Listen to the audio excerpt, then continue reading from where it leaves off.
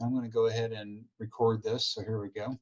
We'll talk about time value of money, which is a really important concept. And if you're in finance or economics, you're going to learn a lot more about how the future value and present value calculations factor into discounted cash flows and other aspects of pure finance. But in terms of just general personal financial management, we try to relate those time value of money concepts to, to your personal life. And, how much car can you afford? What car payment are you going to have? What kind of student loan debt do you have? And what does that monthly payment look like, after graduation? So tonight we're going to kind of build on that when we move into a discussion around our own personal financial statements, okay? And we're going to talk about two of them in particular, kind of the balance sheet, which we're on to chapter 3 within the text. The balance sheet is nothing more than a summary of a snapshot in time as of any given day. We call it an as-at snapshot, an as-at picture of all the things that we own and all the things that we owe, all right? And then we also take a look at the second type of personal financial statement that the text refers to as a cash flow statement. Again, me being a finance person, we'll see these as the income statement. Okay, so the operational activity of our life. We have a job, we have a salary, we have money that comes in the door, we put money away for retirement, we pay Uncle Sam, we have bills that we have to pay, and if we're doing our budget properly, we have money left over in the form of what we call disposable income.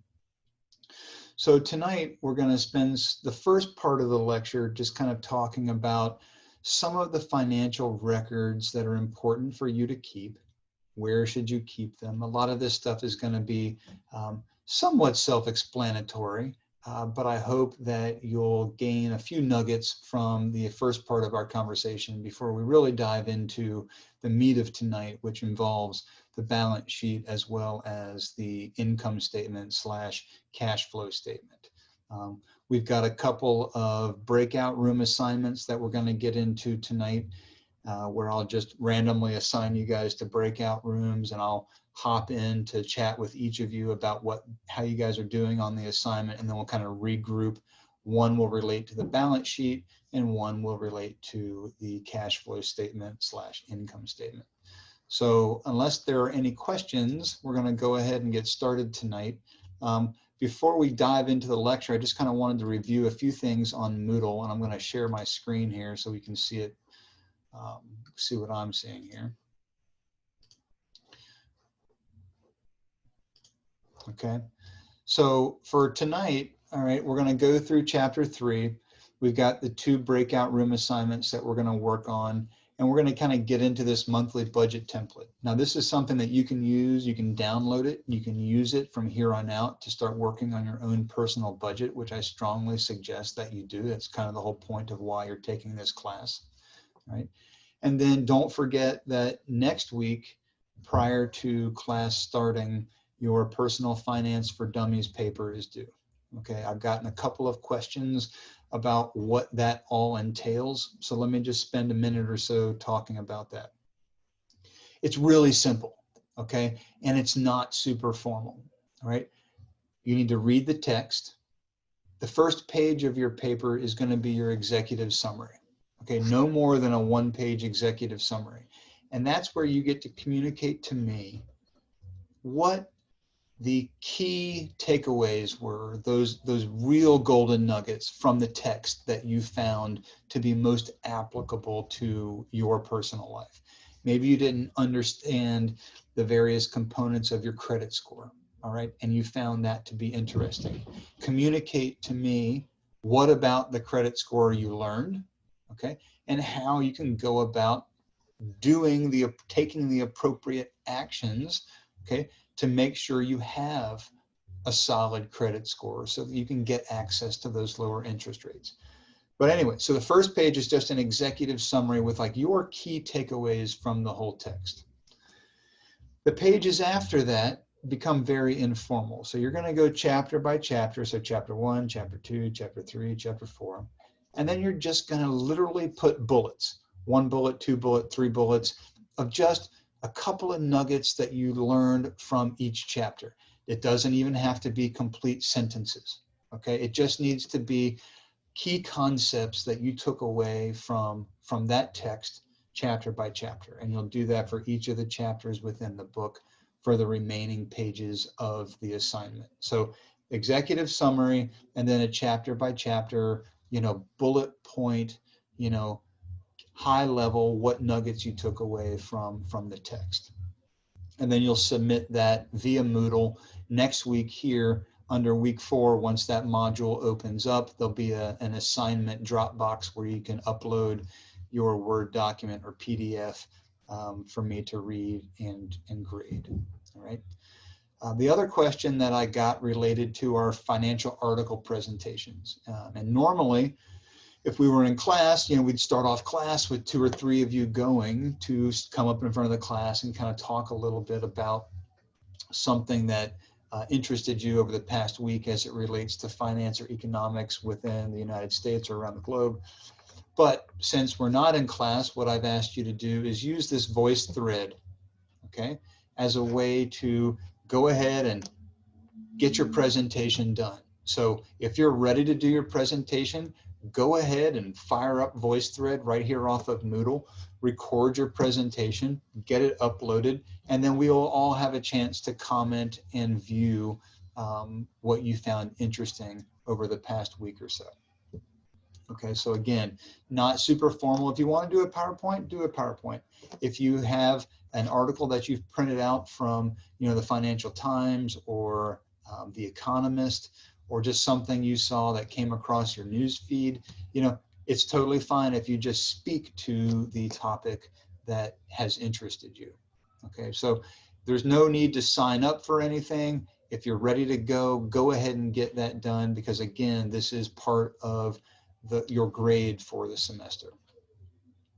Okay, so if there's any questions on either the Finance for Dummies paper or the VoiceThread, hit the chat room and I'll make sure to answer and respond to the questions that come up at that point.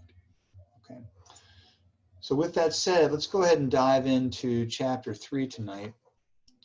And I'm going to move a few things around here so that I can see everybody and I can see the chat room and I can see my slides.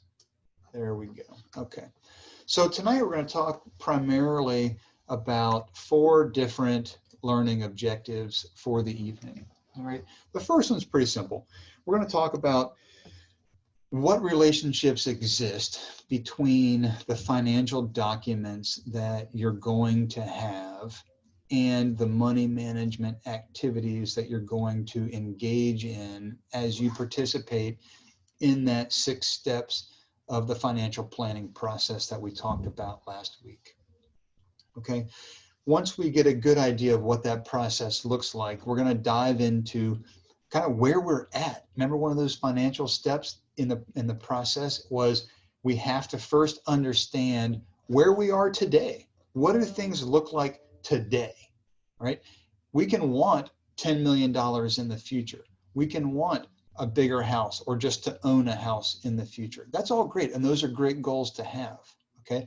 But if the process starts with first analyzing where we are today, okay, and what income we have coming in the door today and what our operating expenses look like today. So the second objective is we're going to get into what is a balance sheet, first and foremost. What is the cash flow statement, or if you're a finance person, the income statement. That's what you'll recognize as the income statement. And then the third learning objective is we're going to get into that Excel file, that budget template, and we're going to literally go about creating a monthly budget, okay? And please, no tears when we get into the budget section, when you see how much things actually cost outside the walls of academia, okay? All right, because what we have to also understand is, like we talked about last week, for the first few years of your life after Loyola, you might be in kind of a negative net worth situation, meaning you've got more debt than you have assets. And that is a perfectly normal thing to have. But the important thing that I want you to take away from tonight is that through an efficient budgeting and financial planning process, all right, you can get yourself out of that negative net worth hole much sooner than had you not engaged in the process. So that's the third learning objective. The fourth is we'll talk a little bit about how we kind of relate those money management strategies and saving activities to achieving our financial goals, okay? And we'll look at, all right, we'll look at those time value of money calculations as a way to help us understand what we need to do, those activities that we need to engage in order to make sure that we have the highest probability of success in achieving those goals, right? And remember, we talked about goals. We got short-term goals that are between now and say the next 12 months. We've got those intermediate term goals, which are between after 1 year and up to 5 years. And then we've got those long-term goals, which are more aspirational, 5 years and beyond, right? And we need to use the SMART goal setting technique, SMART, okay, in order to make those short-term goals specific, measurable, achievable, reasonable, and time-based. Okay, so when we talk about our first learning objective, so money management, right? So what is money management to begin with, right? It is super simple, right? It's nothing more than the activities that we engage in on a daily basis that are necessary to manage our personal economic resources in a way that facilitates achieving our goals and our long-term financial security, okay? So it's the activities that we do every day, right? How much money did we spend today? How much money do we have coming in the door today?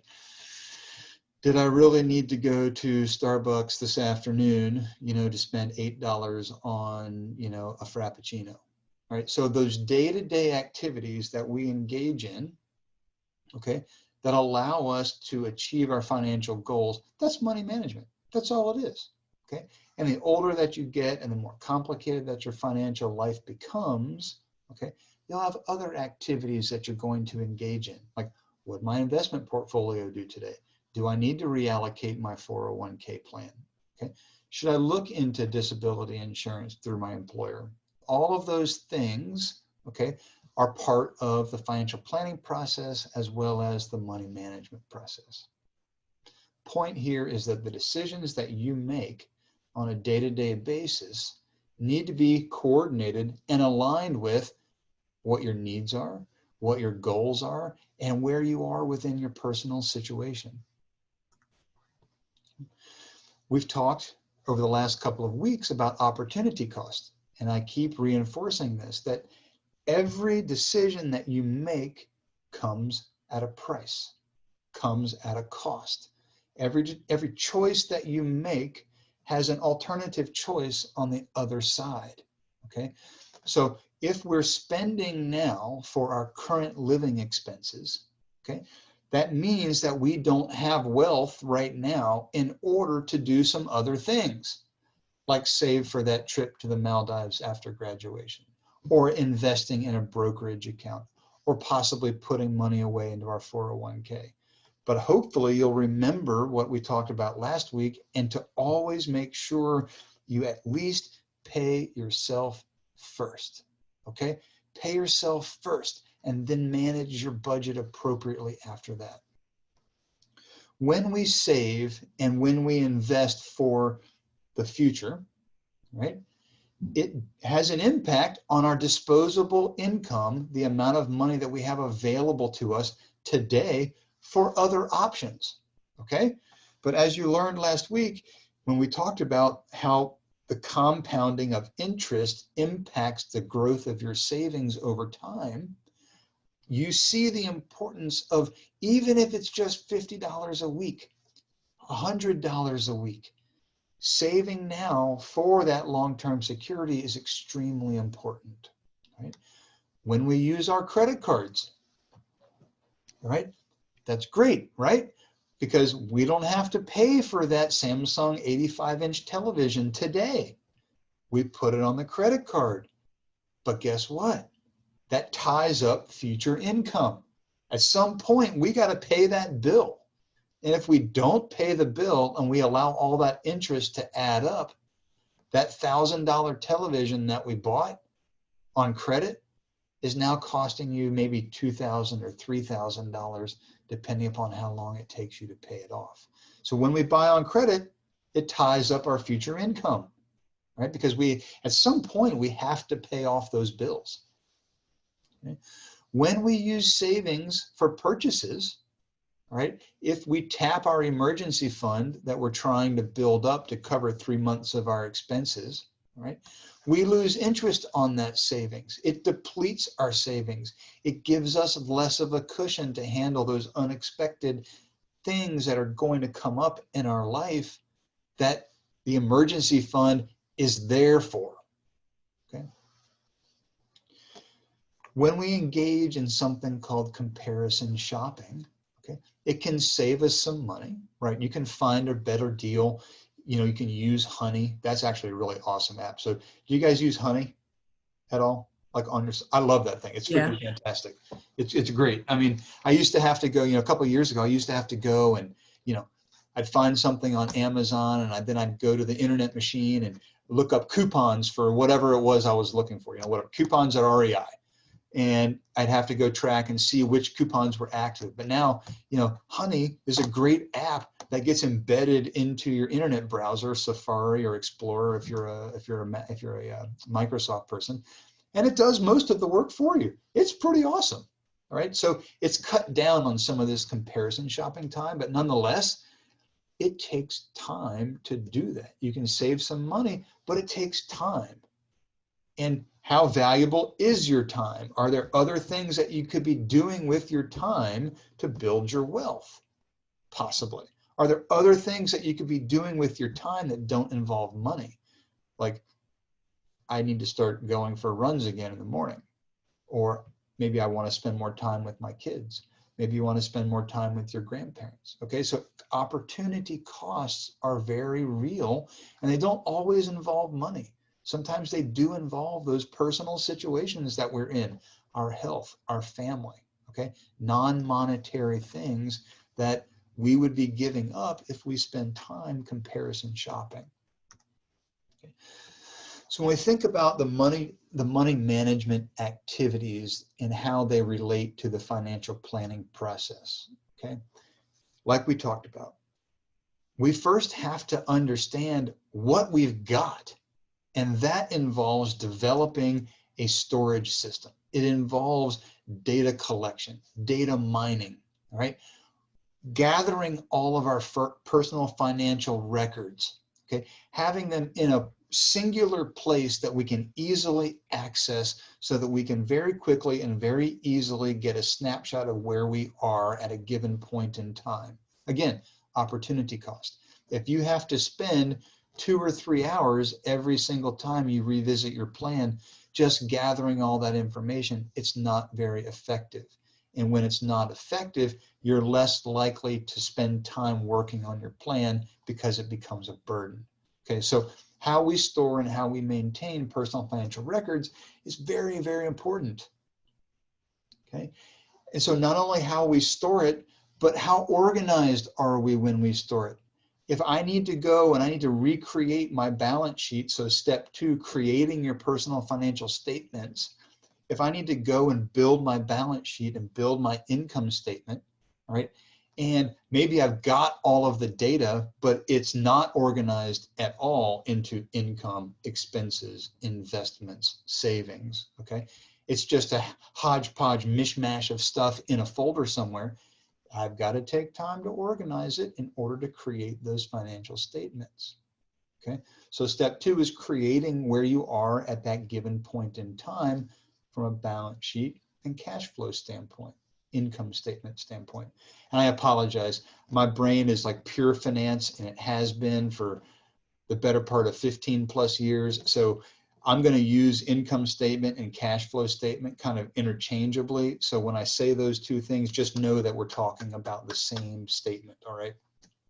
And then finally, once we've gathered all the data and organized it, and we've built our financial statements, it's only at that point can we take where we are and start beginning to move to phase 3 of the money management activities, where we begin to create and implement how we're going to go about budgeting. And we talked about there's only 3 things you can do with your money, right? You can spend it, you can save it, and you can share it. That's it. There's only 3 things, all right? But we can't even begin to get to that point of understanding how we're going to go about allocating our money into those 3 various buckets until we've gotten things organized and we've created the financial statements that are necessary to understand where we are at this given point in time. So 3 phases here of the money management activities. Okay. So phase 1, it's really important that you find your own personal way of organizing your records, okay? Coming up with an organized system of financial records is really important, right? Because it allows us to gain insight into how we go about handling all of those money management activities that we do on a day-to-day basis. What bills do we have to pay this month? When are they due? Because guess what? Not every bill is due on the 1st of the month. Your credit card bills might be due on the 15th of the month. Your car payment might be due on the 8th of the month. You might have other bills like when you graduate and you're looking to furnish your new apartment, and you go out and you do the smart thing and you buy some new furniture on credit, 18 months, no interest, but you pay it off after the 18th month, right? We'll talk about that when we get into consumer purchasing, right? But you've got different times throughout the month where you've got things that are due, right? Now you can call your credit card company, you can ask them to change the date that your payment is due. We'll get to that. But nonetheless, you've got bills that are due at various points in time during the month. So planning allows us to keep track of our financial progress, right? It also helps us when we start planning for taxes. If we know exactly how much money we've made, because we've kept track of it, and we know how much money has been taken out of our paycheck for taxes, right? It allows us to gain a better feel for whether or not we're going to owe Uncle Sam or we're going to get a refund. And this is a good question for the class right now. When you do your taxes, is it more optimal to get a refund, to owe the government money, or to absolutely owe nothing when you get your taxes? So one of those 3 options, and I should have set up a poll for that, I apologize. But so what do you think?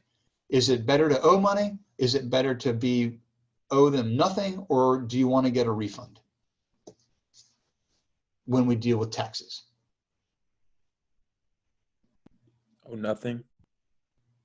All right, so we got refund, owe nothing, refund. Okay, so that's a very common thing to say, right?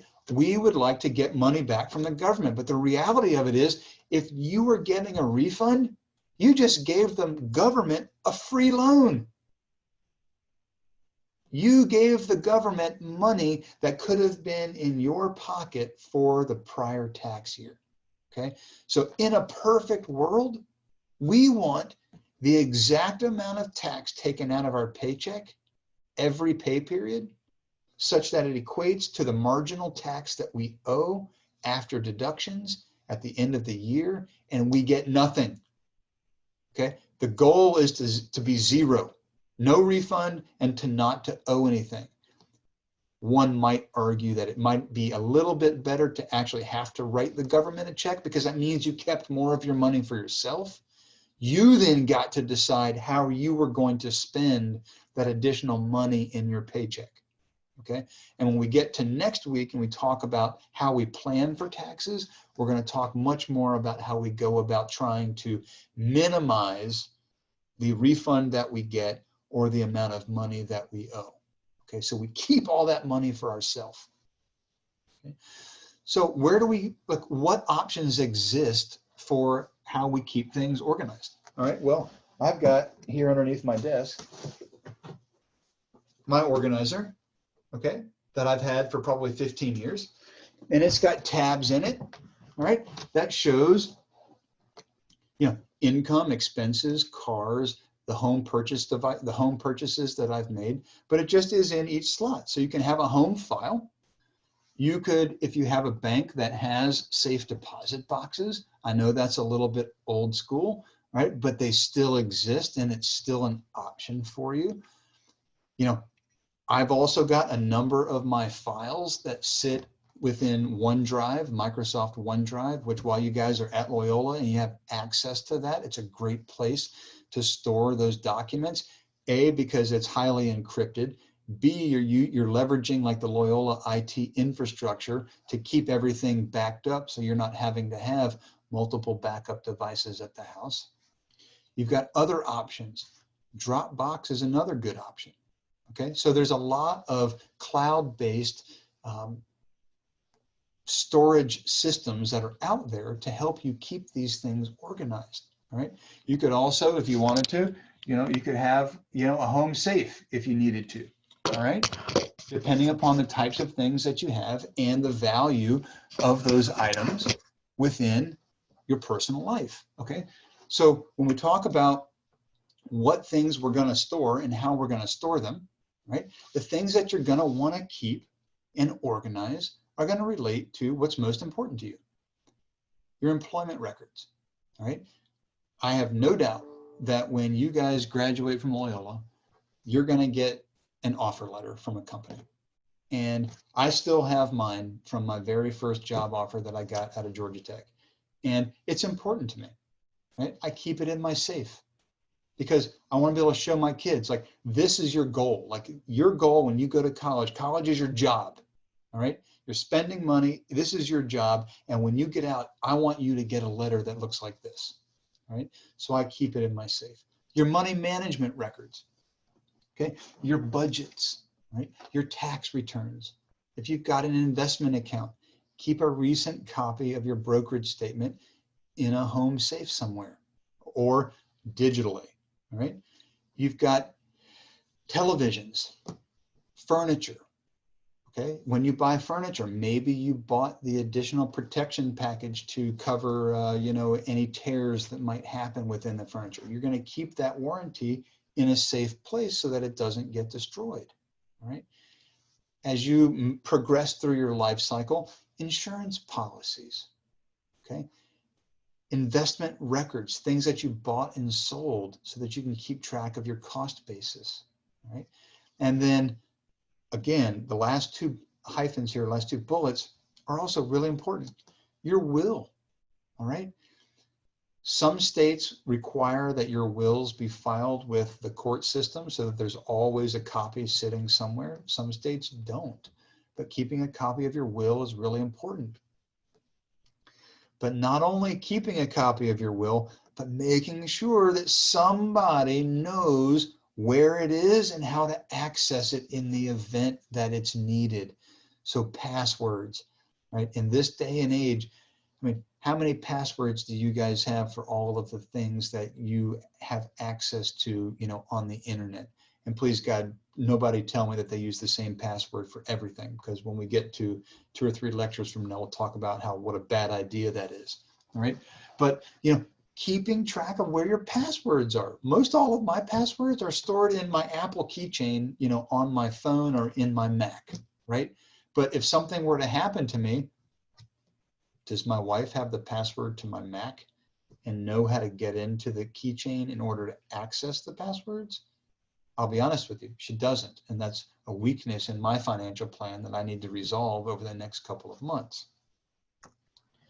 So what do we keep in our safe? All right, things that are difficult to replace. Your birth certificate, your social security card, all right?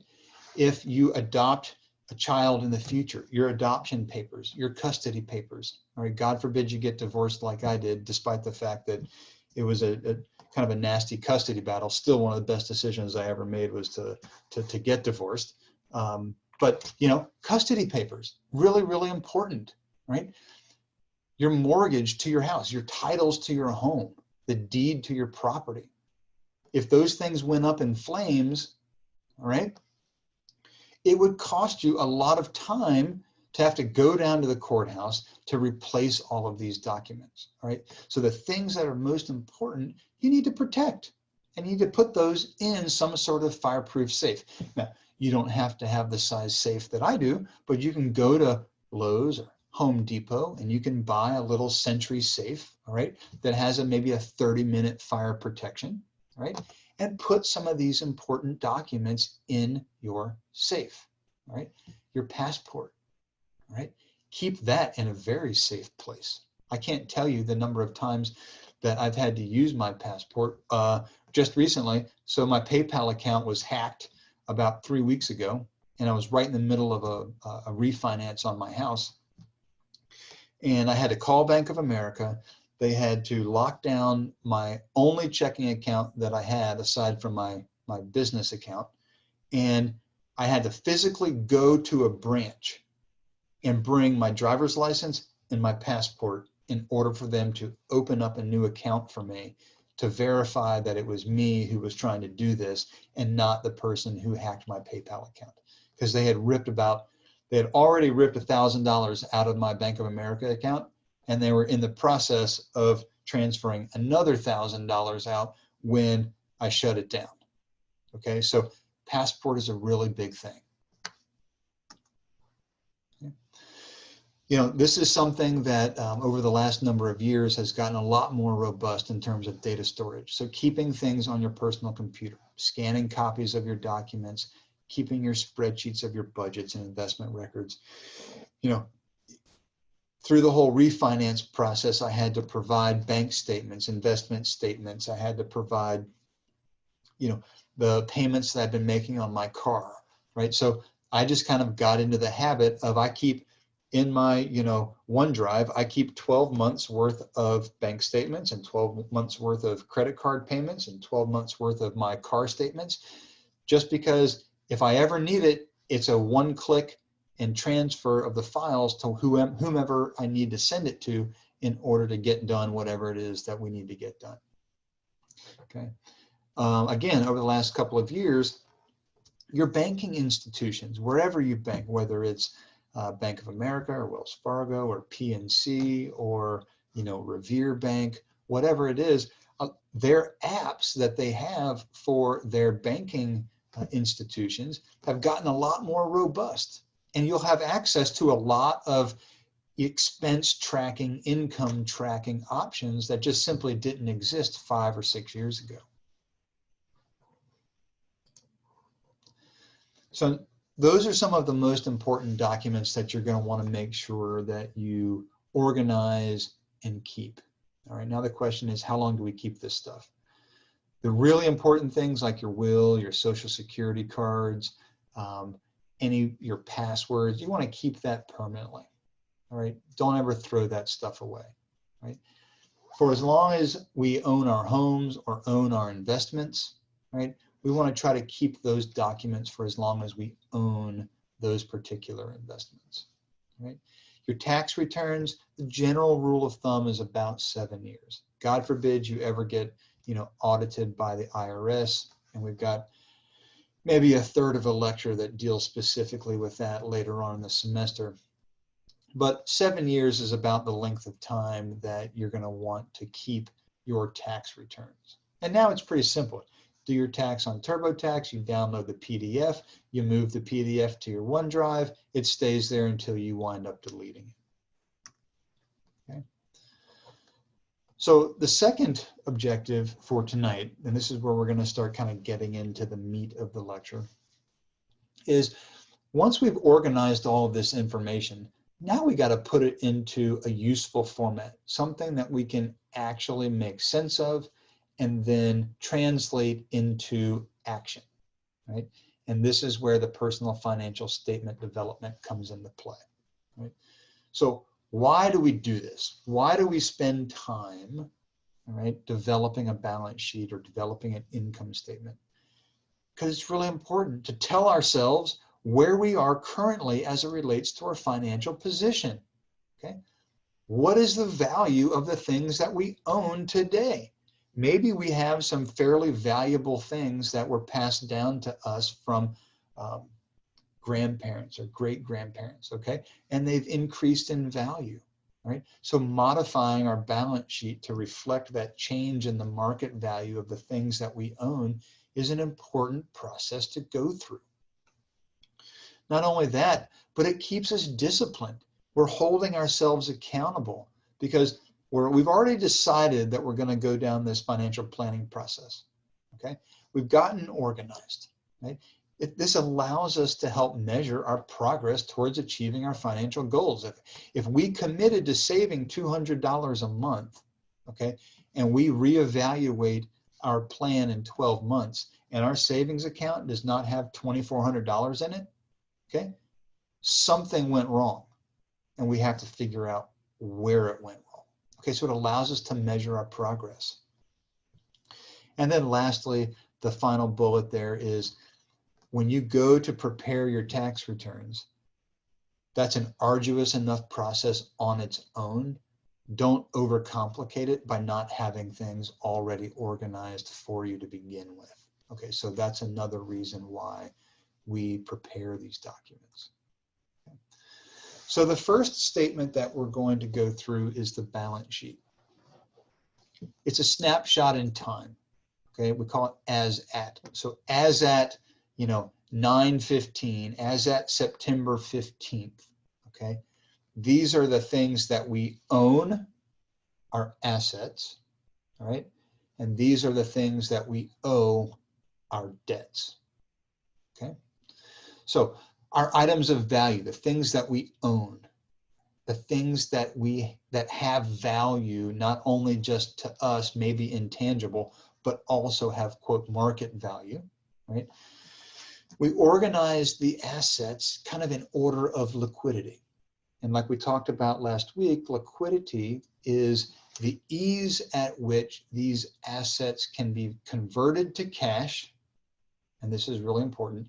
The ease at which the assets can be converted to cash without destroying value. Okay? Without creating unnecessary loss. So when we talk about liquid assets, what's one of the most liquid assets that you feel like you have right now?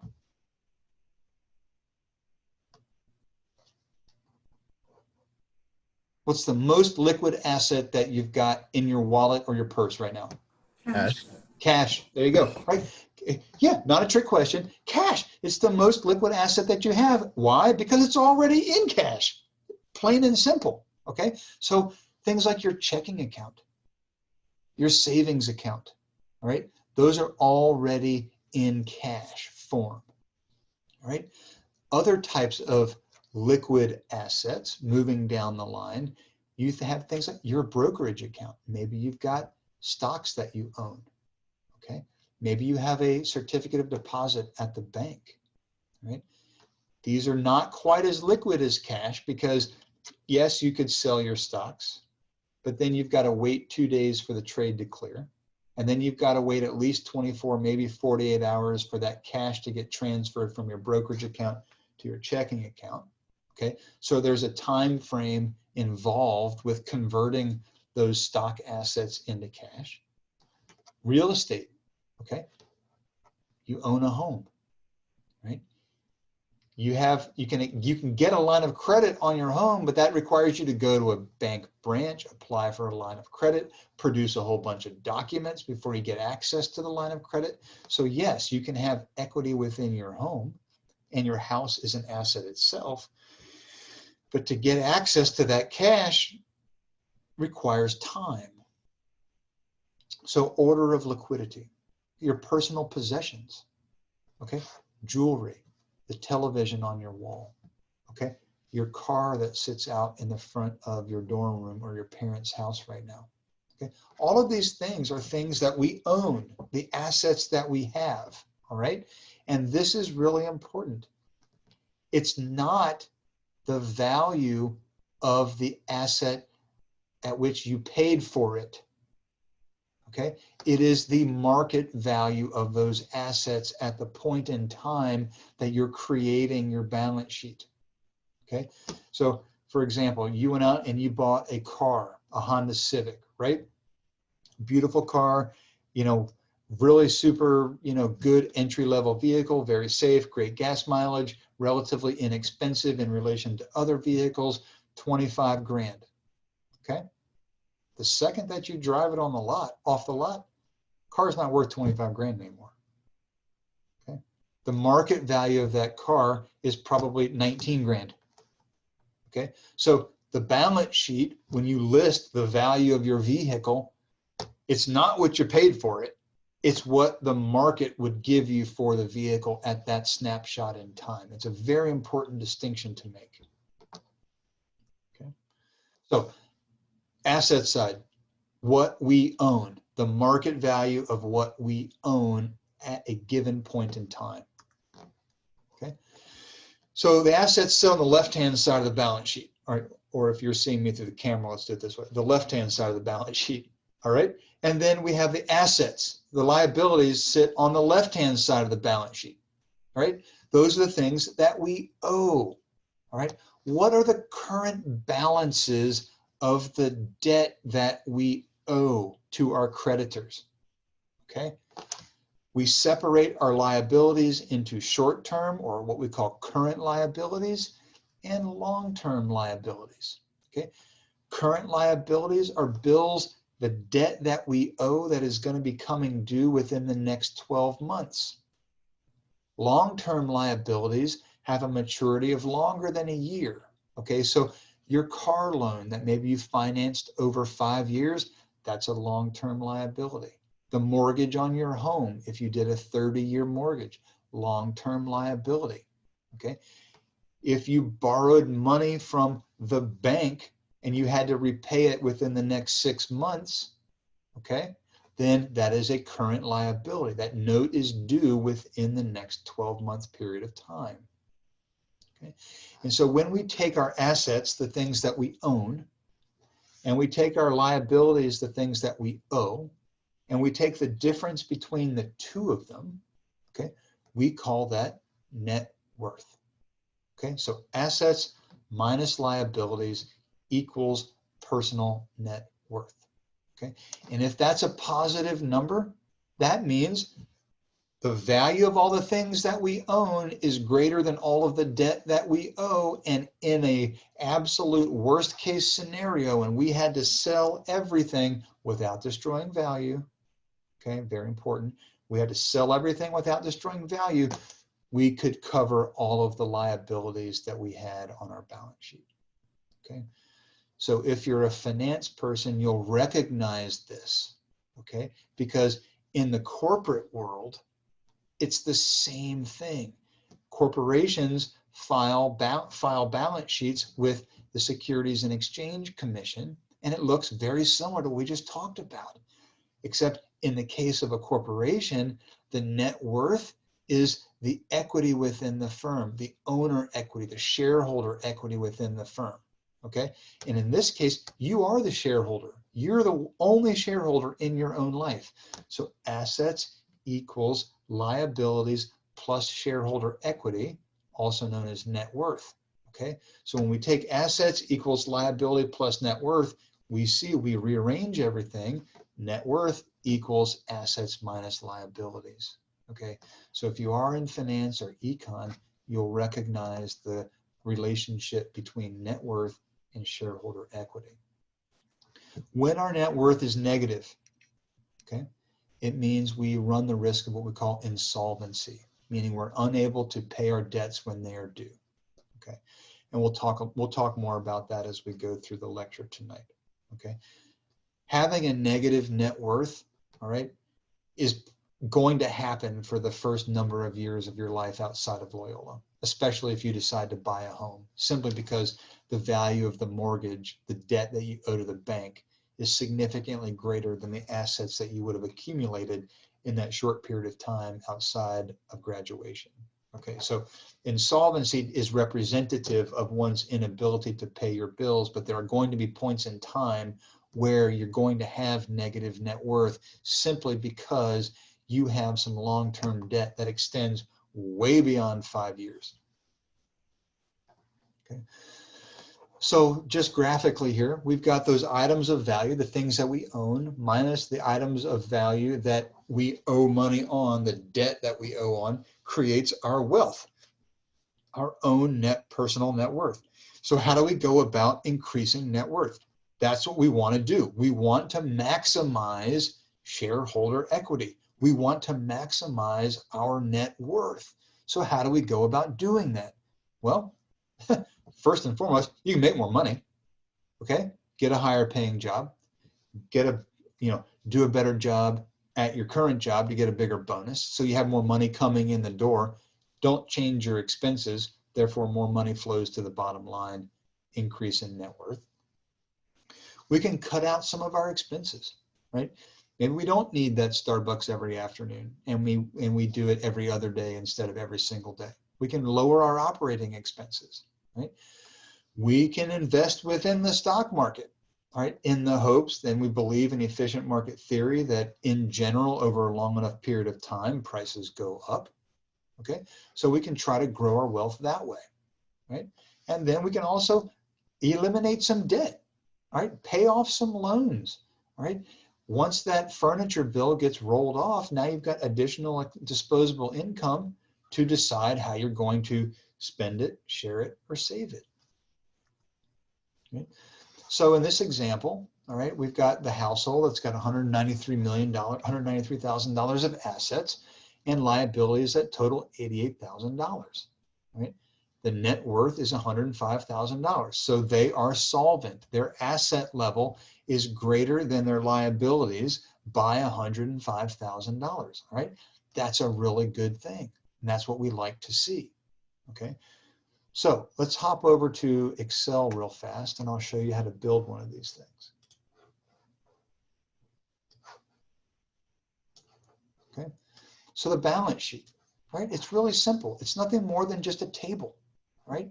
Where we list the assets. So we talked about checking account, right? So we have a checking account, right? We talked about savings accounts. Okay, what are some of the other assets that you feel like you might have in your own personal life? Investment accounts. Investments, okay.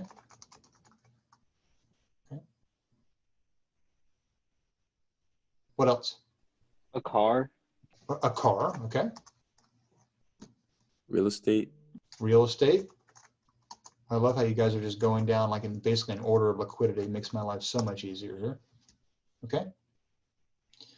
And then the last one I'm going to put in here is, let's just call it retirement accounts. All right, things like your IRAs, Roth or traditional, or your 401ks. I consider those to be the least liquid of all of your assets, simply because in order to get access to that money, you've got to pay a penalty to get out of it if you're not older than 59 and a half, right? So retirement, okay, all right? So maybe we just have whatever, 5,000 in checking, 10,000 in savings. Our investments are worth 7,500. Our car, the market value, now this is the market value of the car, okay? So our market value of the car, call it 5,000. Real estate, the value of our home, all right, let's call it 125,000, right? That's the market value. You can go to Zillow to get a good estimate for that. I mean, that's what I do with a lot of my clients, just to get a ballpark idea of what the market sees as the value for their home, right? And then maybe within your retirement accounts, you've accumulated 55 grand.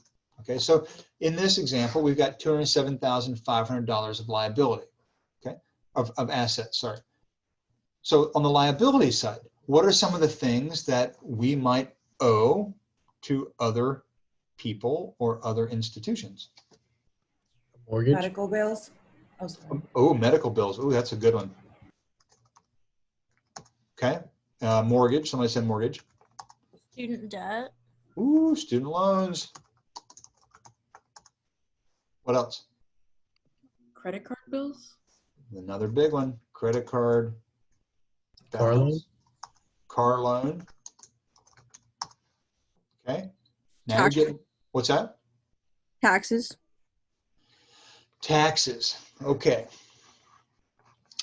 Yes, taxes are considered a liability. However, taxes get paid out of the operations of your life, out of the revenue and expenses that you have coming into your checking account and out of your checking account.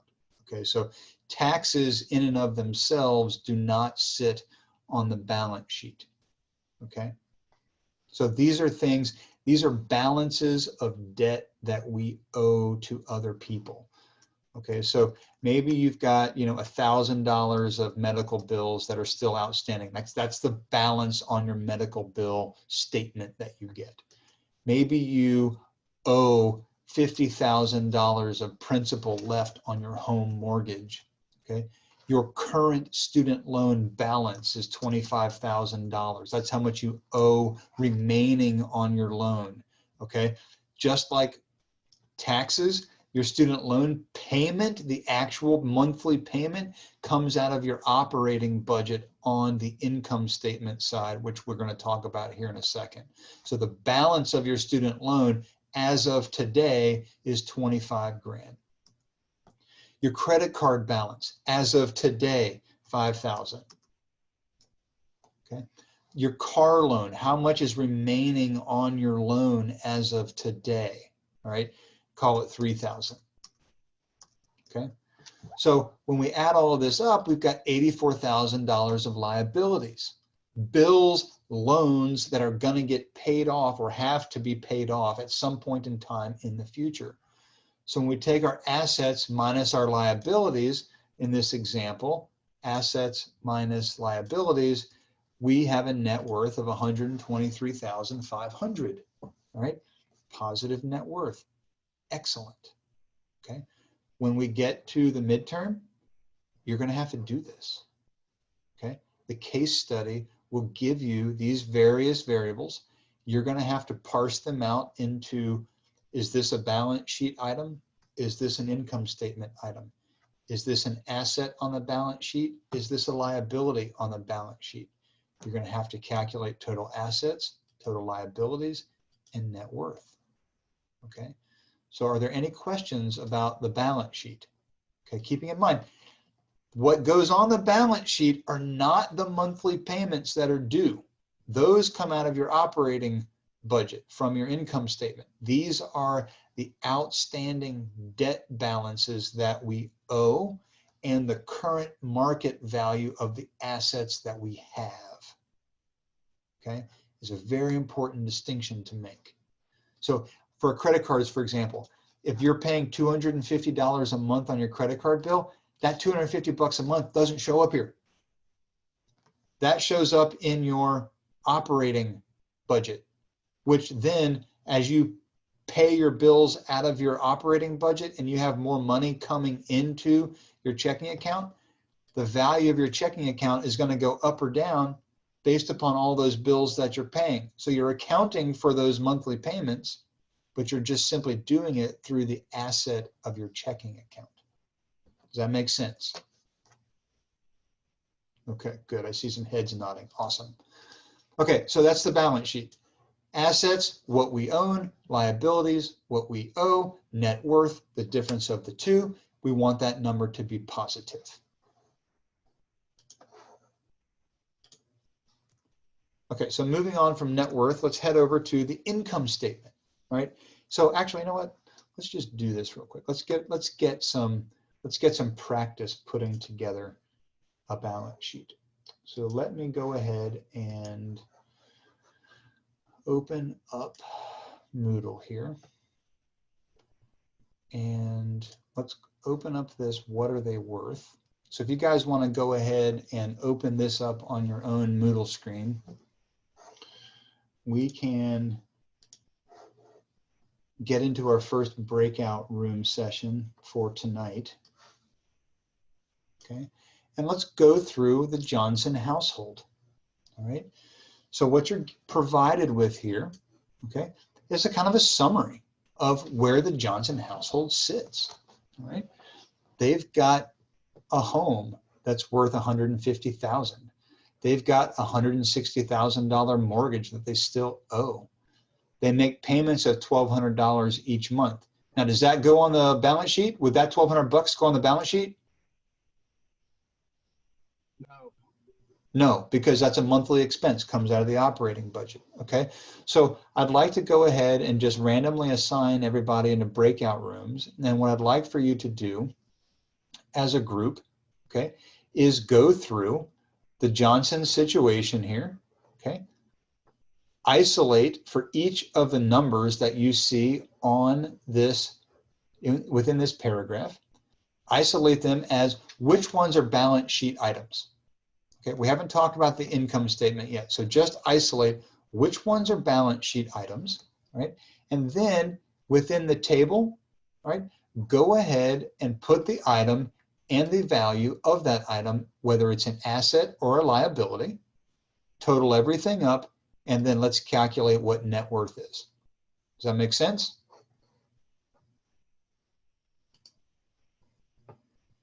Yeah? All right, so I'm going to go ahead and set everybody into breakout rooms. Looks like we're going to have 6 rooms, okay? 4 people per room. I'm going to automatically assign people, and you guys have now been assigned, and I'm opening all the rooms. So please join your breakout room. I will be popping in to just check in with you, one room to the next.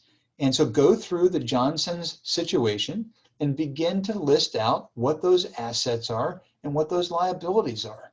Remembering that anything that deals with a monthly payment does not sit on the balance sheet anywhere. Okay?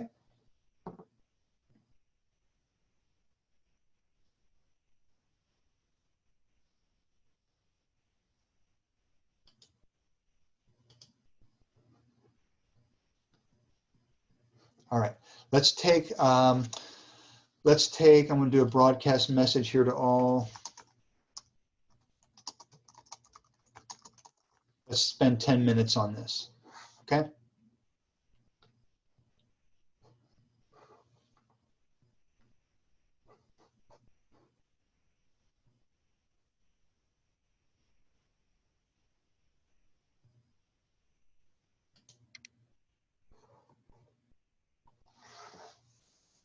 And if you have questions, hit the chat room, you know, speak up, whatever you need, but I'll be popping into the breakout room here in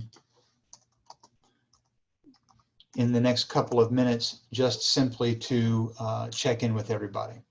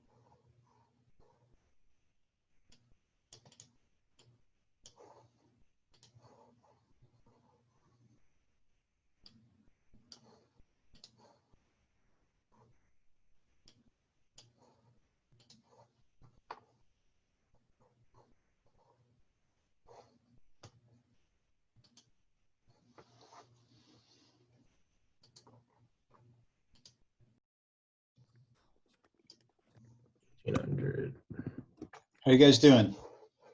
We're good. Good. Yep. All right. Any questions? No, we're just working through it. All right. Solid. Cheers.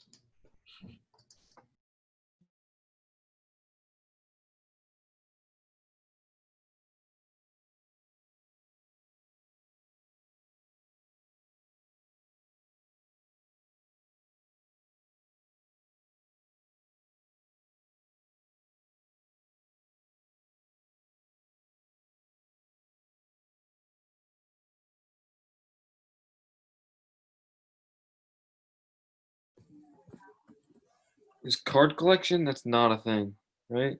Doesn't go in here. I think it's just saying what it's worth, but it doesn't. I mean, I don't know. Is that an asset? I mean, you could sell it. oh wait, I think collections is an asset. Yeah, I feel like yeah. How are you guys doing? Any questions? We're okay. So like for like the card collection, that would be considered an asset, right? Because it's like a collection. And you could like There's value to that, right? They Mhm. said it's worth $1,400 supposedly. Mark's the market value. So yeah, that's an asset. And then the groceries, that would that not be on the balance sheet because that's like a monthly like Yep, that's right. okay, yeah. Yep, you got that right. So that's an operational expense. So that's not a balance sheet item. Mhm. All right, you guys good? Yes. Yep. So, All right, cool. I'm gonna hit the next chat. I'm gonna hit the next room. Thank you.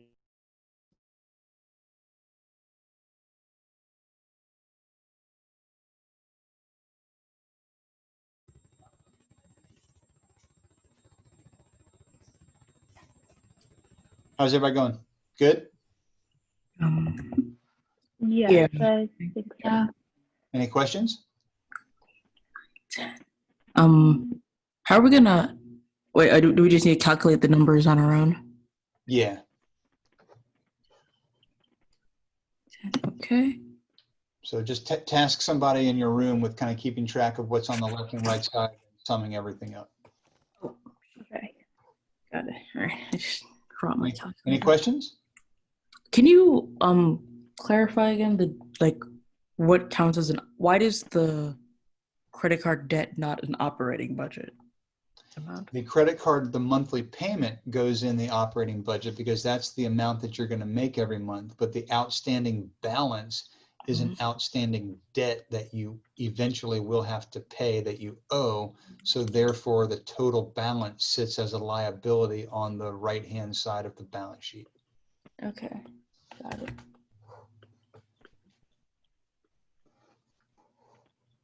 Okay, I'm going to jump over to room 4. So if you've got questions, just hit the chat room.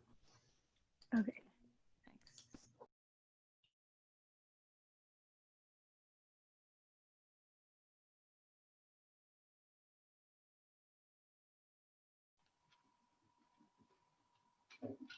Hey, y'all, any questions? I'm just calculating right now Okay. the assets. All right, great. No questions? That's good.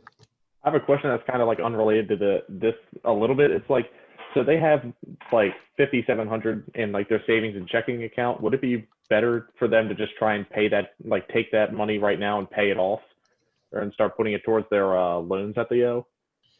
Or should they keep some? Yeah, so that's a good observation, and that is certainly one of the opportunities. If you go to the second page of this entire file, there's a SWOT analysis, and that would definitely be an opportunity for them is to use some of their liquidity in order to go ahead and pay down some of their credit card debt for sure. Okay, you know, another opportunity might be for Mr. Johnson to sell his baseball card collection to pay down some debt. Because they've got pretty high student loan debt, right? And they've got a pretty high credit card debt. Yeah. So they definitely seem to have some options here in terms of being able to pay off certain high interest debts that they've got. All right, I'm going to go over and hop into room 5, and then we're going to come back together.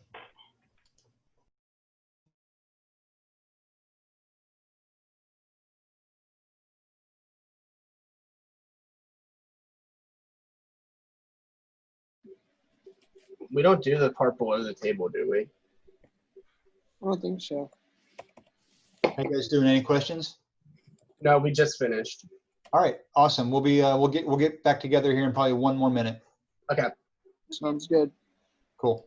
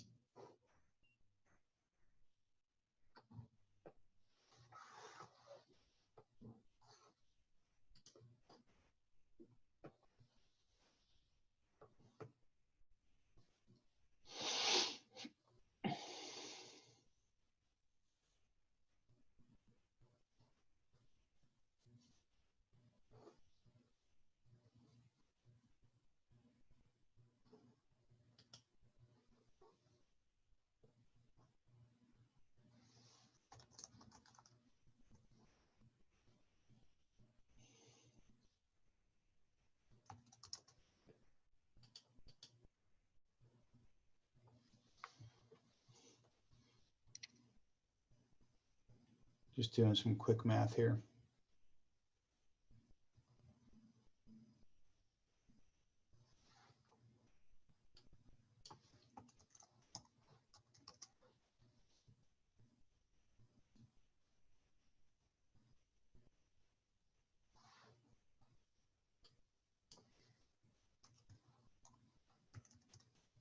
Okay, everybody back in?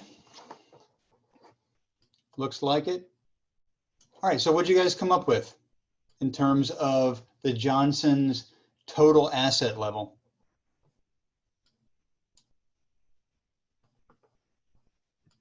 My group, we all did the math, but some of our numbers were like $200 off, so we may have missed like a small charge or something. But for total assets, we got 209,208. Total liabilities, we got, or at least I got 248,160, and then the net worth was negative 38,952. So they were well into the negatives for the net worth. All right, so liabilities is spot on, okay? The total assets, did you happen to miss the value of the treasure map? I don't think so. I don't know. Okay. I have it listed, but I just might have forgotten to add it in my actual calculator. Okay. Well, that's close enough for what we're doing tonight. So here we've got the actual, where did my Zoom go? There we go. Hold on. I was sharing my screen and now it's not sharing. There we go. Right? So here we got home value, car value, SUV value, the furniture, the baseball cards, the treasure map, checking, savings, retirement accounts, total assets. You guys picked up on all the liabilities that you just brought up. Good job, Georgia and your team. Okay. And we got the mortgage, the outstanding principal on the loan. We have the car loan, the SUV loan, the furniture loans, the outstanding credit card balance, student loan debt, and then the balance on the boat. Okay. So great job going ahead and doing that. Professor? Yeah. I think you missed the boat on the asset side, the $500 that it was said on the top. Yeah. You missed the Hey, you know what? You're absolutely right. You're absolutely right. 100%. Thank you very much for catching that. See? That's why this is a team effort. Why is the checking account really far down in the liquidity scale? Well, I just happened to, and thank you for catching that too and calling me out on it. All right. If I was doing this in real life, I would have organized these in terms of liquidity. However, what I did is I was just simply going down the linear list through the paragraph. Oh, okay. So thank you for catching that. I will try to do a better job of that next time. Or on the midterm, Yes. when we list assets and liabilities like this, would you want us to list them in order of liquidity?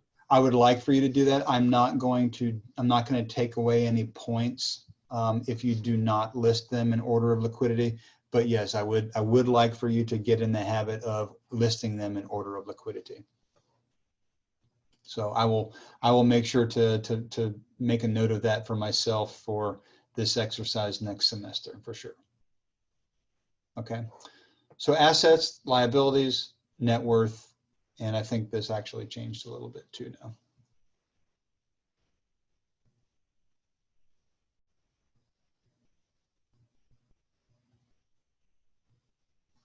$38,952. Okay. All right. All right. Any questions about that? Didn't I tell you guys that we have an observer tonight and you're not supposed to call me out on this stuff? I'm supposed to be getting kudos in the chat room right now. Bonus points. Just kidding. Yeah, thanks for that. I'll make sure to reorganize this stuff for next semester. So thank you. Okay, moving on. Income statement. Okay, the second personal financial statement that we're going to talk about tonight. All right.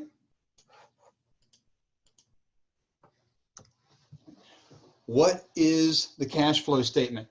All right. It's a summary of what happened to your money. Okay. Where did your money go? The inflows and the outflows for a given period of time.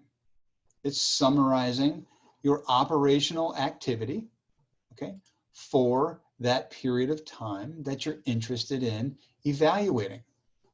Okay.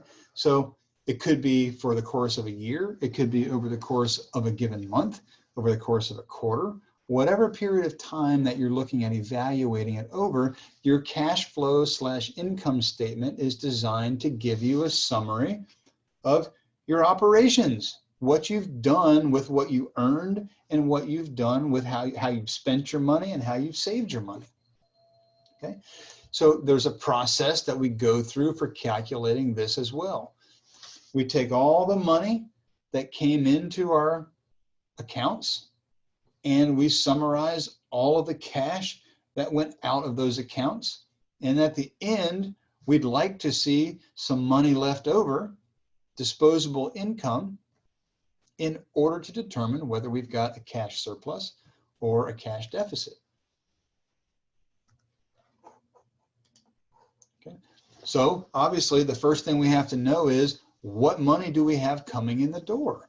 All right, you're going to get that nice offer letter. It's going to have a 5-figure number on it. All right, all of your wages. Right, if you have your own business, maybe you've got some self-employment income. And again, with where you guys are and like where my kids are growing up, the days of us simply having one stream of income are over. All right. You will have multiple streams of income coming into your life as you progress through your career. You may already have it right now. If you've got multiple jobs, you've already got multiple streams of income. You'll get dividends from your investments. That's a source of income. Maybe you're going to get a scholarship at Loyola in the next couple of years. That's a source of income. Maybe it all goes right out the door to pay for your tuition, but nonetheless, it's a source of income with the offset expense down in the expense section of the income statement, right? As you get older, maybe you retire, Social Security payments, pension payments, okay? And, you know, God forbid you ever go through the worst thing possible, divorce, and have to deal with alimony and child support payments, right? All of those things can be sources of income that we have to understand, organize, aggregate, and lay out. Okay? So we keep track of what's coming in the door as step one. Step two, now we have to keep track of what's going out the door. All right, and we break these down into two different categories of expenses: fixed expenses and variable expenses, right? Expenses that are either based on consumption or not based upon consumption, okay? Anybody want to give me a good idea of what a fixed expense might look like? A phone bill? What is it?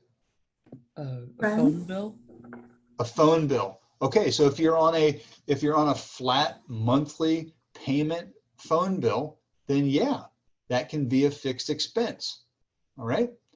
It could also be a variable expense if you exceed your data, right? Because if you exceed your data, that's an additional expense based upon your consumption, right? What's another example of a fixed expense? Gas. Gas? If Gas you're- certainly has not been a fixed expense in my life over the last 6 months due to the coronavirus, when I haven't been driving my car nearly as much as I normally do for business. So gas would be a variable expense. It's based on consumption, how much you drive. If you have like a fixed mortgage rate. Okay, your mortgage payment, that's a fixed amount every month, right? All right, very good. That's an example of a fixed expense, right? What's another example of a fixed expense? Rent. Rent, another good example, all right? What are some of the other variable expenses that we might have? Things that vary with consumption. Groceries. Yep. Yep, groceries, gas. Water bill. Your water bill, your utilities. What about your internet bill? Would that be a fixed or variable?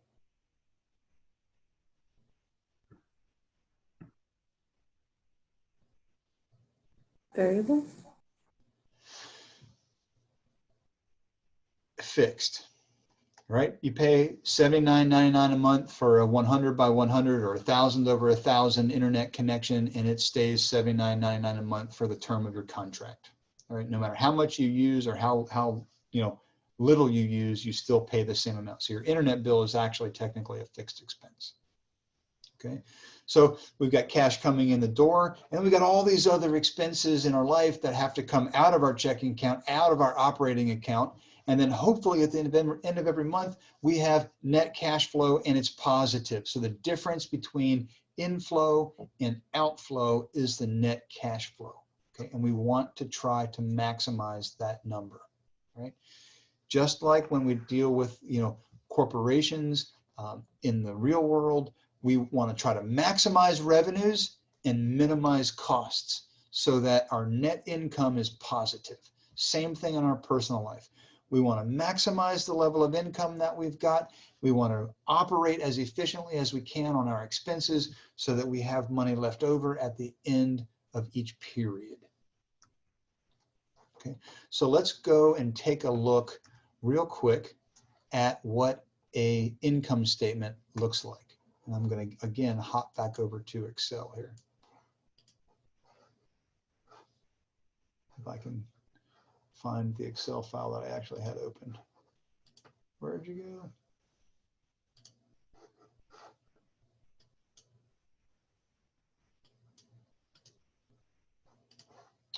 Okay, clearly that didn't work. Let's go to Moodle, and we're going to go to the budget template. And we're going to go ahead and open this up.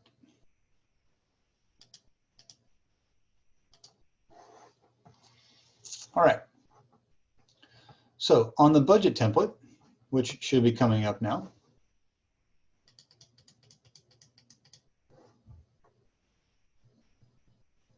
okay, we have money that comes in the door, right? So in the chat room, what are some decent, starting salaries for, the majors that you guys are studying right now? Just kind of give me some ballpark numbers. 50,000, 55,000, 60,000, 30,000. Just want to have an idea of what to put in here. Hey, that's pretty good. 78. Dang, that's awesome. 78, 40, 60. So 40, 60, 75, 50 to 60. All right. Let's call it 60 down the middle. Okay. And you can use this template as you wish. Okay, so we're talking about September, right? This month. Okay, so if we make 60,000 a year, we divide that by 12, we should make $5,000 of gross income. That's what is going to show up on our top line revenue prior to any deductions that get taken out. Okay. And then we got to take the deductions out. Remember, we got to pay ourselves first, and we got to pay Uncle Sam. Okay? And we got to pay the state. Okay, so in this budget, we've budgeted that we're going to contribute 3% to our retirement plan. All right, so that's $150. We've budgeted that we're going to contribute 1% to our health savings account. All right, we'll talk about what that means a few lectures from now, but nonetheless know that it's a pre-tax health care savings vehicle that's very advantageous. So we're going to put 1% into that pre-tax. So we have $200 of pre-tax deductions, meaning that this means that of the $5,000 that we have coming in the door, our taxes don't start being calculated until it's reduced by the pre-tax items. So we have $5,000 of income, $200 of pre-tax deductions. Okay, and now we can see, all right, that the federal tax at 22% on our taxable income of $4,800 is $1,056. Okay, so federal tax at 22%, and I'll add another line in here to make it a little clearer. 6% of our taxable income for the state is that. 3.5% for old age survivor, also known as Social Security. 2.5% for Medicare. So we have all these taxes that are coming out before we finally get to our total deductions, okay, of all of our pre-tax items as well as all of our tax items, to finally get to $3,180, which is what gets deposited into your checking account. Okay, so even though you're making 60 grand a year, okay, what gets deposited into your checking account after you pay yourself, and you pay the tax man, is $3,180. Okay. Now this is the part where I don't want anybody to start crying. Okay, so $60,000 is what we're starting with. Great salary, by the way. Really nice number. How much is rent? How much do you guys pay for rent? If you were going to pay for rent right now, you were graduating, you're living in Baltimore, and you wanted to go rent a 1-bedroom, 1-bath place in Canton. How much does a 1-bedroom, 1-bath place cost in Canton per month?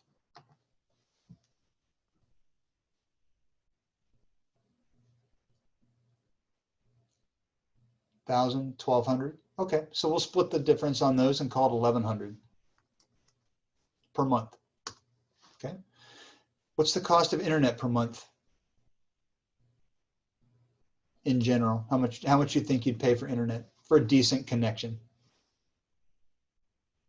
Yep, yeah, 80 to $100 probably.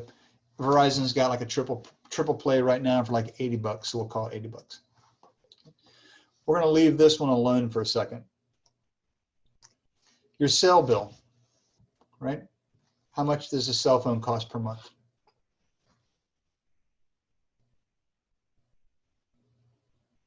$75 a month? Seem reasonable? 75 to 100, 45. I guess T-Mobile's got the $45 a month plan. Okay. So let's call it $65 for the cellular. Gym membership. Not that you guys are gonna have time to go to the gym because you're gonna be working your butts off after you graduate Loyola, but nonetheless, what about gym membership? How much does that cost a month? 50. Yeah, that's about right. Car insurance. Okay. So car insurance is priced in 6-month intervals, and we have a whole lecture devoted to talking about this. But my guess is that right now, you or your parents are paying probably in the neighborhood of about, let's call it $1,100 a year for your car insurance, just for you. It's probably my guess. So we got 1,100 divided by 12. Okay, so we get essentially $92 a month for car insurance.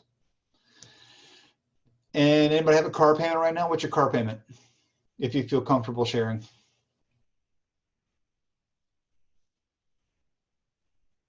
You know, so after graduation, you know, you're probably looking somewhere in the neighborhood, okay, 350, anywhere in the neighborhood of probably 250 to 350 for a car payment, right? So let's do on the low end, just so we don't have as much waterworks tonight. So 250. Okay. So right now, our fixed expenses, right, are about half of our take-home pay. And we have not talked about the giant elephant in the room yet, student loans. Okay. Variable expenses, gas. Okay, aside from the situation that we're in as it relates to COVID, how much would you spend on gas, you think, each month? Any ideas? Or how much do you currently spend on gas each month? 80 bucks, 100 bucks? Yeah, it's probably about right. Okay, 80 to 100 bucks. Okay, utilities, 1 bedroom, 1 bath place in Canton. What do you think? 100 bucks? 100 bucks a month in utilities? Seems reasonable. Haven't talked about credit card payments yet. We're going to skip that one. We got to go out to eat, right? But before we go out to eat, let's talk about groceries. How much money do you spend on groceries each month? Or do you think you'll spend on groceries each month? 100 bucks a week? Not dining out, not going to Nacho Mama's, but just on groceries for the house. 350, yep, probably about 400 to 450 bucks a month for groceries. 100 bucks a week is generally a decent budget. Okay. Now, how much do we go out? We all like to go to the movies. We all like to go to Nacho Mama's. We all like to go grab a cocktail at our favorite place. Maybe it's a special occasion and we're taking our significant other to Charleston for a beautiful night out. Okay. So how much should we budget for entertainment every month?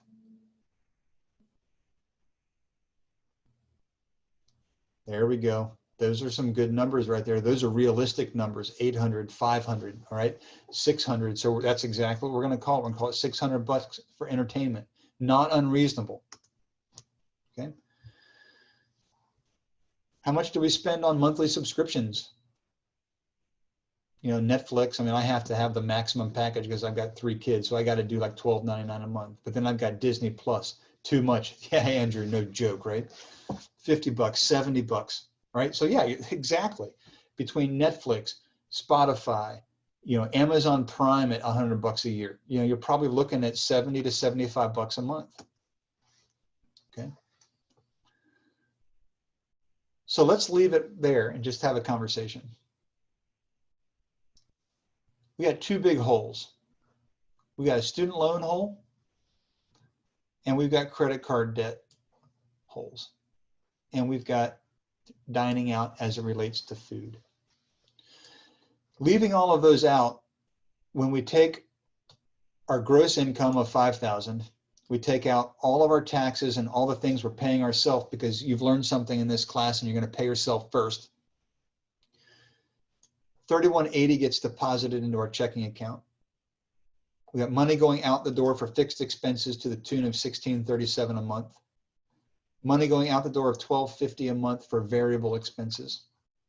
Meaning when we take all of our income and we take all of our expenses and we subtract the 2, we're left with $293 at the end of the month. And there's nothing in here that's unreasonable. Like none of these items that you have just communicated are unreasonable. So for $60,000 a year, if you want to live by yourself and not dine out and not pay your student loans and not have any credit card debt, you're left with $293 at the end of every month. Anybody crying yet? No? Good. All right. So that's the point of this template. All right, a little bit. Yes, Anne-Marie, I know. It's okay. There we go. Andrew, that leads me right into the next question. So what are some of the levers that we have, okay, in order to give us more of a cushion at the end of the month, right? Because we're not even saving anything right now. The only thing we're saving is into our retirement plan and into our health savings account. And that's only $200 a month. So we're not saving anything. We're not sharing anything. So what levers do we have to get more money to flow to that bottom line? Well, Andrew just tossed it up into the chat room. Sure, we could have a roommate for the first few years, right?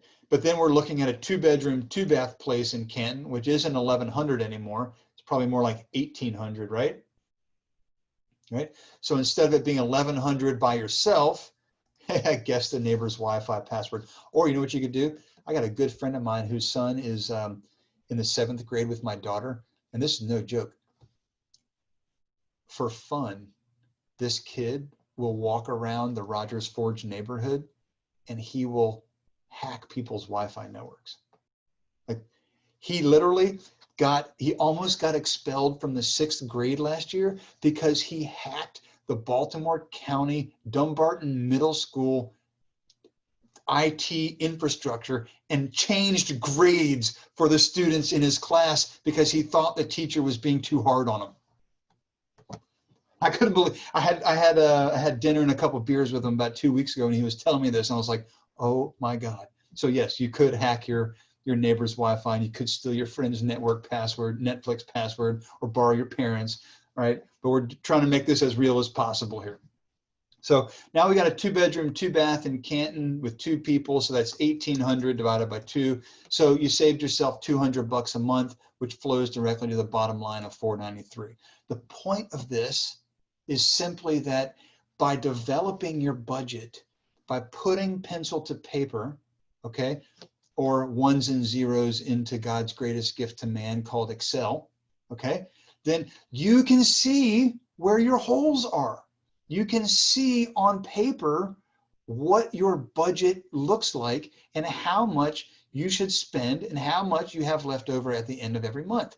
And then as your actual numbers start to come in for the month, you can record those. So you actually had $5,000. You actually had $150. You actually contributed $50, and so on and so forth. And then if for some reason this was, well, that would be dumb. If this was 100, okay, you know that you put in $50 less to your 401k. Tell me why. Tell yourself why. All right, cut back on contributions. Okay, keep a record of what the variance is and why it exists. Okay, down here in your your utilities, maybe they came in at 130. Okay, colder winter. All right, whatever it is, keep track of what the actuals are so that you can kind of hold yourself accountable to the budget that you've set. So this is the cash flow statement. This is your income statement. Top line revenue, income coming in the door. Pay yourself first. Taxes come out. Your take-home pay is what you have left over after you've paid yourself and after you've paid the tax man. Fixed expenses, meaning expenses that don't vary with consumption. Okay. You know, if you have a 1-bedroom, 1-bath apartment, but you wind up spending every night of the month over at your boyfriend's apartment or girlfriend's apartment, you're still on the hook for the $1,100 a month that your 1-bedroom, 1-bath place in Canton costs, right? Whether you used it or not, you're still on the hook for it. Okay, so bucket these expenses into fixed expenses, consumption, non-consumption based, and variable expenses, things that are based upon your consumption, right? And then you eventually calculate disposable income, which is your take-home pay minus all of your expenses. And that is what you've got left over, okay? So this is how you go about developing your own personal budget, right? This is on Moodle. Before you go and download it, I want to add one additional row in here just to kind of summarize what our pre-tax or taxable income is, and I'll add another row in there, okay? So it's a little bit more robust for you. Fixed expenses with my credit card. So a question came in the chat room. Credit card gives me points when I spend more money on it. Would it make more sense for me to pay off my fixed expenses with my credit card? So question to you, do you pay your credit card off every month? Then heck yeah, get the points, okay? I literally, aside from my mortgage, which you're not allowed to put on your credit card, rent you actually can. You can kind of get around that. There's a company called Plastique, P-L-A-S-T-I-Q, plastique.com, and you can actually pay your rent via your credit card. They charge you a processing fee, but if the points are really worth it to you, it's worth the 2% extra that they charge you to get the points. But yeah, if you pay your credit card off every month, then put all these fixed expenses as much as you can on the credit card, because it's going to do two things. One, you're going to get more rewards points, or you're going to get more cash back, or whatever the rewards are for the credit card that you've got, you get to take advantage of that. Secondly, and maybe more importantly, if you pay your credit card off every month, you're continuing to establish positive credit history, which when you go to get that new car loan or you go to get a mortgage, your credit score is going to be higher than the average individual, and therefore you're going to get a lower interest rate and better terms for your loan. So by all means, if you are disciplined enough to pay your bills each month, okay, put as much as you can on whatever credit cards you currently have. Is there anyone out there that does not have a credit card? I would imagine there might be a few folks that don't have a credit card. When we get to consumer credit later on in the semester, we're going to talk about the importance of having a credit card and why, if you don't have one now, you should go and get one.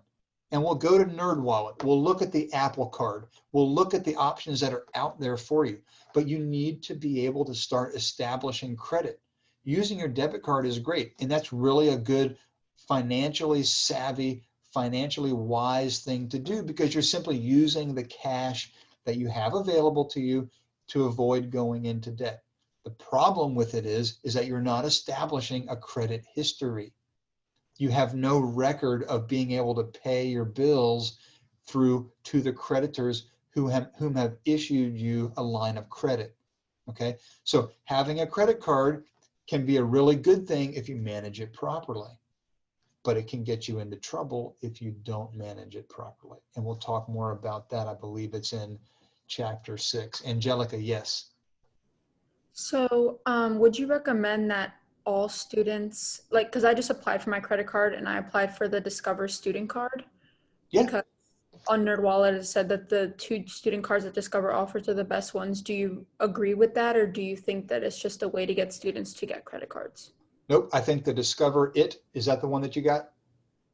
I got the Discover student cashback.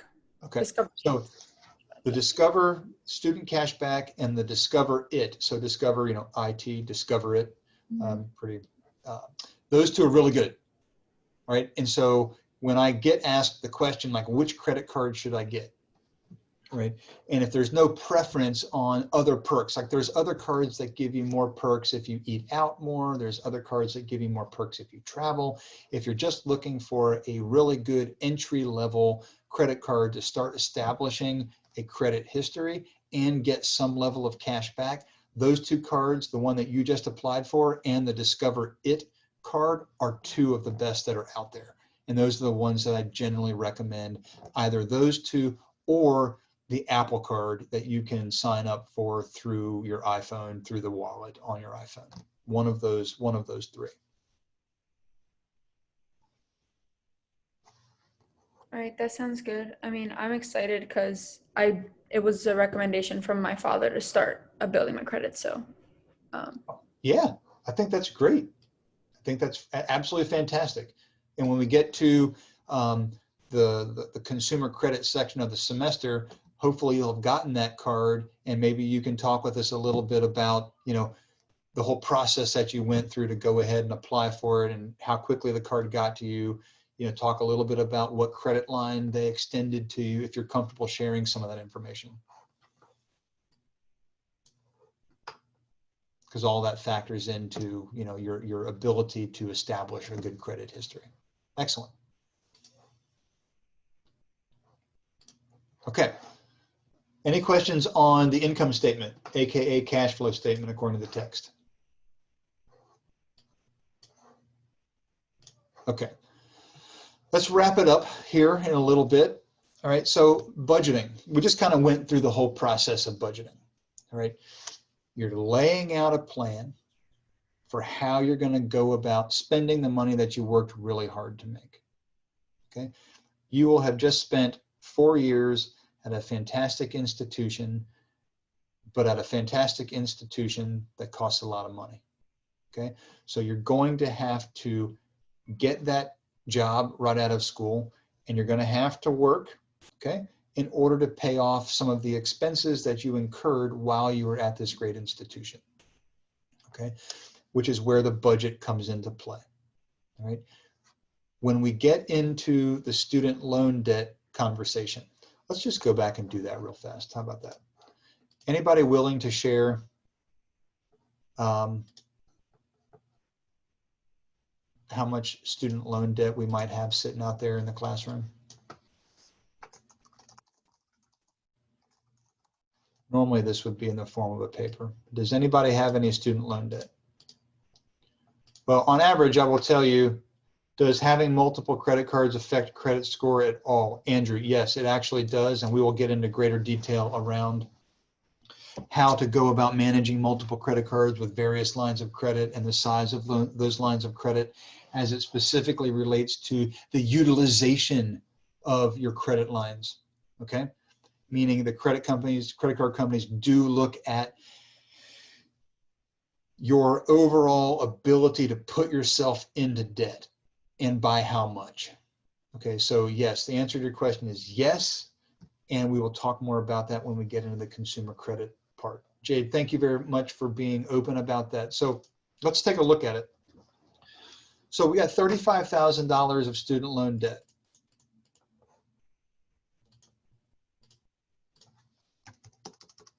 Okay.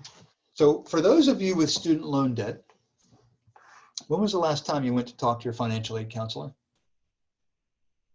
If ever. Okay, you can put some comments in the chat room there. If you haven't, and you have taken out student loans, you need to go and talk with them, right? You need to ask them that you want to see the layers of loans that you've taken out, because every semester that you take out a new loan, that new loan for that new amount is at a different interest rate, most likely, than the loan that you took out the prior semester. So when you graduate, you wind up having all of these layers of loans that you've taken out at various interest rates. So you need to understand what the combined weighted average interest rate for your overall student loan package is going to look like, right? So in this case, let's just assume, for example, that it's 6%.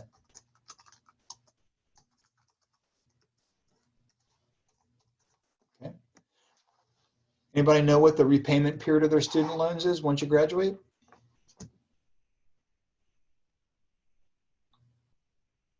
$10. Okay. You have 10 years to repay your loan. Right? You get a 6-month grace period, Ileana. That's true. Okay. You don't have to start paying your loans back until 6 months after graduation. Okay. But once you start repaying it, you have 10 years to pay it off. So the term is 10 years. Okay.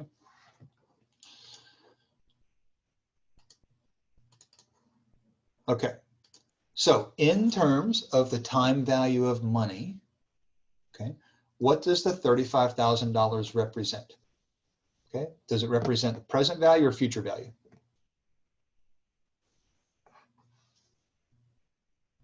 Present value. Okay, so we got the present value, we've got rate, and we've got N per, right? However, student loans are compounded monthly, right?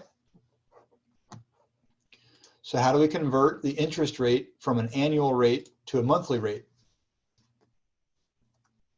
What do we do? Divide by 12. Right. So we divide that by 12. Okay. And what do we have to do with the number of periods if we're on 10 years and we need to go to monthly? The multiply by 12. By 12, right?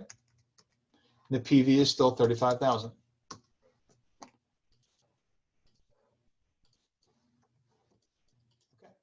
So now we're ready to figure out what is our monthly payment going to be on our student loan at graduation with a $35,000 balance. So what function do you think I should be looking for in Excel to determine the payment?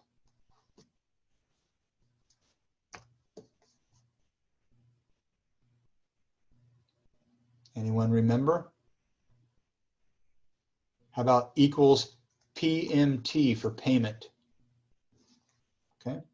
And when we open the parens, Excel tells us what it wants. So it first wants the rate. We got the rate. It tells us the number of periods. We give them the number of periods. It tells us what the PV is. We want the PV. Okay, so the present value. Okay. And then we shut it down. So, student loans, $35,000 balance, 6% average rate. Doesn't seem too unreasonable considering the rates in the market right now. 10-year repayment period. You're looking at $389 a month just for your student loan payment. So when we go back to the budget and we plug in student loans of $389, our disposable income goes negative.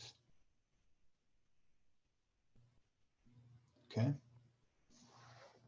This is not meant to scare anybody, but it's meant to show you that using what you've learned in the last class, there's direct applicability to your personal life, so that now where you are at Loyola, you can start planning appropriately to start budgeting for one of the single largest monthly expenses that you're going to have upon graduation, and that is going to be your student loans. Okay? If someone goes on to grad school or med school or anything like that, does the 10-year loan repayment go up at all, or is it just postponed and then you have more loans to pay off? Delayed. It's delayed. So your payments that you have to make are allowed to be suspended while you're back in school. Okay? But the interest will accrue during that period of time that you are in school. So it's not like it just stops completely. Okay? No, you don't have to make any payments. Okay? But the interest on your loan will continue to accrue for that period of time that you're in school. So if you do go to grad school or med school or law school or some other, graduate school program, it would be in your best interests to at least pay the interest component for that particular loan. Okay? And that gets into a whole nother, I can show you how to, if you're interested in learning how to figure out what portion of this payment is actually interest versus principal, I'm happy to show you how to do that, but that's just kind of outside of the scope of this class. But I'm happy to do that if anyone is interested in learning how to create an amortization table for the loan where we can literally split this payment into a principal component and the interest component. Hopefully that answered your question. Okay. So, wrapping things up here. When we budget, one of the first things that we really want to start thinking about is saving and putting money into that emergency fund. Okay. We talked about the rule of thumb, the heuristic around how much do you need to have in your emergency fund? Well, in general, we like to try to build that emergency fund up to be about 3 months worth of expenses. Okay. Just in case something were to happen, we know we've got enough of a cushion to cover 3 months of our expenses. Right? Now, right out of the gate with your first day on the job, you know, you're not necessarily going to be in a position where you can start to accumulate, you know, almost $9,000, right, of expenses within your emergency fund. But certainly starting to build that emergency fund up, it should be one of your first priorities once you start building your own personal budget. Okay. So when we create and implement the budget, we take stock of where we are, meaning we assess our current situation. Okay. We take a look at which direction that we want to go by setting our goals, taking a look at the income levels that we have. Step 3, very important, just talked about it, budget for that emergency fund and savings, budget for our fixed expenses, budget for our variable expenses, and then take this template and put it into action. Okay, take your budget, put it into action, track your actual spending each month by recording your spending amounts like it indicates in step 6. And then once you've tracked your actual accounts, review your spending, figure out where you overspent or underspent and why. And then, just like we talked about with the circular process of the financial planning process, come back around, monitor, review, and implement a new plan if you feel it's necessary. Okay, so the feedback loop from phase 4 back up to phase 1. It's an important piece of the entire process to not forget.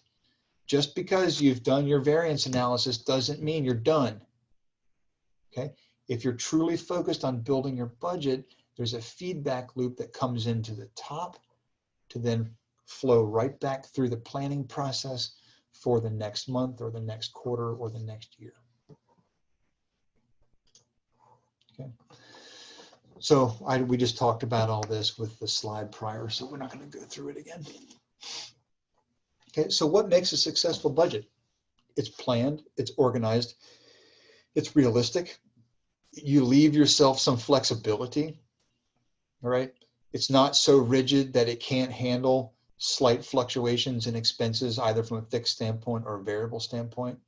And it's well documented. It's easy to understand, easy to read, clearly communicated, right? If it's just written on the back of a napkin, right, that's different than if it's in Excel month by month by month by month by month that you can easily track over a period of time. Okay.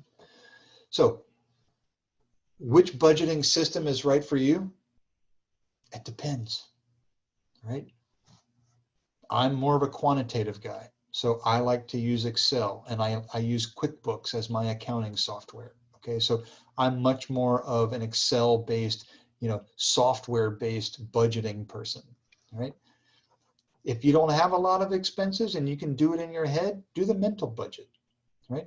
Some people use physical budgets where they'll literally go to Staples and they'll buy a folding series of, envelopes, and it'll have January, February, March, April, May, June, July, August, all the way through December. And they put all their receipts and they put their income statements in each one of those months. And that's how they do it. Point is that whatever works for you, whatever you can stick with, that's the best type of budgeting for you, right? Making me try to figure out how I'm going to keep track of receipts and put them in a little folder, that just is not going to work for me, all right? But for you, that might be the best way for you to do it, right? So they have different types of budgeting systems that are out there for you to use. Okay. So finally, our last learning objective for the evening before we wrap up. How do we go about relating all these money management and savings activities to achieving our financial goals? And I think you've probably already pieced it together. Right? When we have an organized budget and we have a very clear set of goals that we're trying to achieve, right? Putting in place an effective daily money management activity, right, gives us the highest probability of success when it comes to achieving our goals in the future. It allows us to take care of our short-term goals, and it allows us to focus on saving for our long-term goals as well, all at the same time, okay? It allows us to put money away into our retirement accounts by paying ourselves first, which takes advantage of the whole point of the time value of money with compounded interest, okay?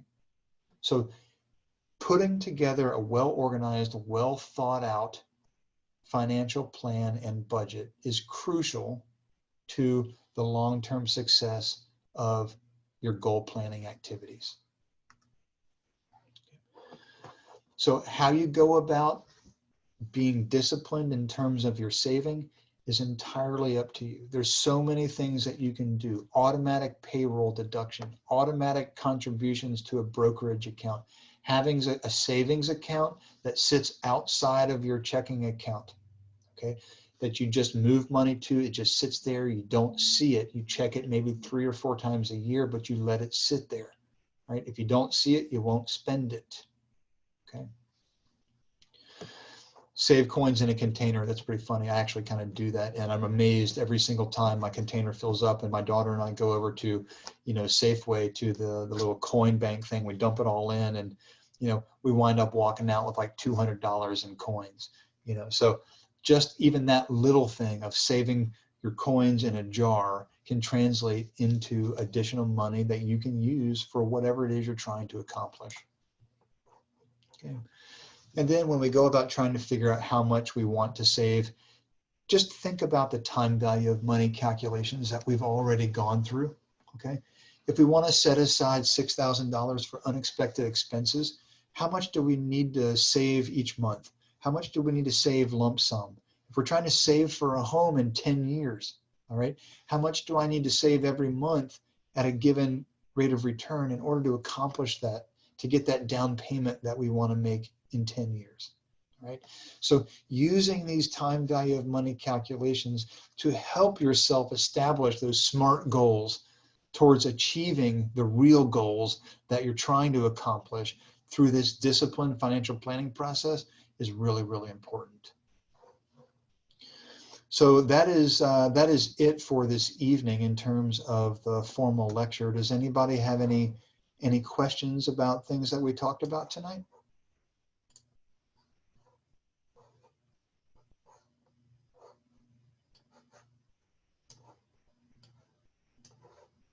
I just have a question about our assignment that's due next week. Sure. On our syllabus, it says it's due on the 21st, which is Monday at 5, or is it normally due like Tuesday before class? I did have it set up for the Monday just so that I would have time to read them before class. I mean, I'll kind of leave that up to you guys. Do you want to do on Monday? I'm happy to extend it to Tuesday. It's not really that big of a deal. I'm happy to give you the extra day if you'd like it. What would everybody like to do? Just for future reference, all of our assignments then are going to be due on Mondays, right? Yes. Okay. That's why I was just confused. Sorry. That's okay. No worries. Thanks for asking the question. Professor, could we extend it to Tuesday? I just work all weekend and I don't see myself being able to get it done. Yeah, that's fine. I'm happy to extend it to, so we'll just say that the dummies paper due 6:30 next Tuesday. And I'll update that on Moodle tonight. Okay? No worries there. Anything else? All right. I really appreciate everybody's participation tonight. Thank you very much. Pleasure being with you, and have a great rest of the week, and I will see you next Tuesday. Thank Cheers. you. Thank you. Thank you. You're welcome. Thank you. Cheers, everybody.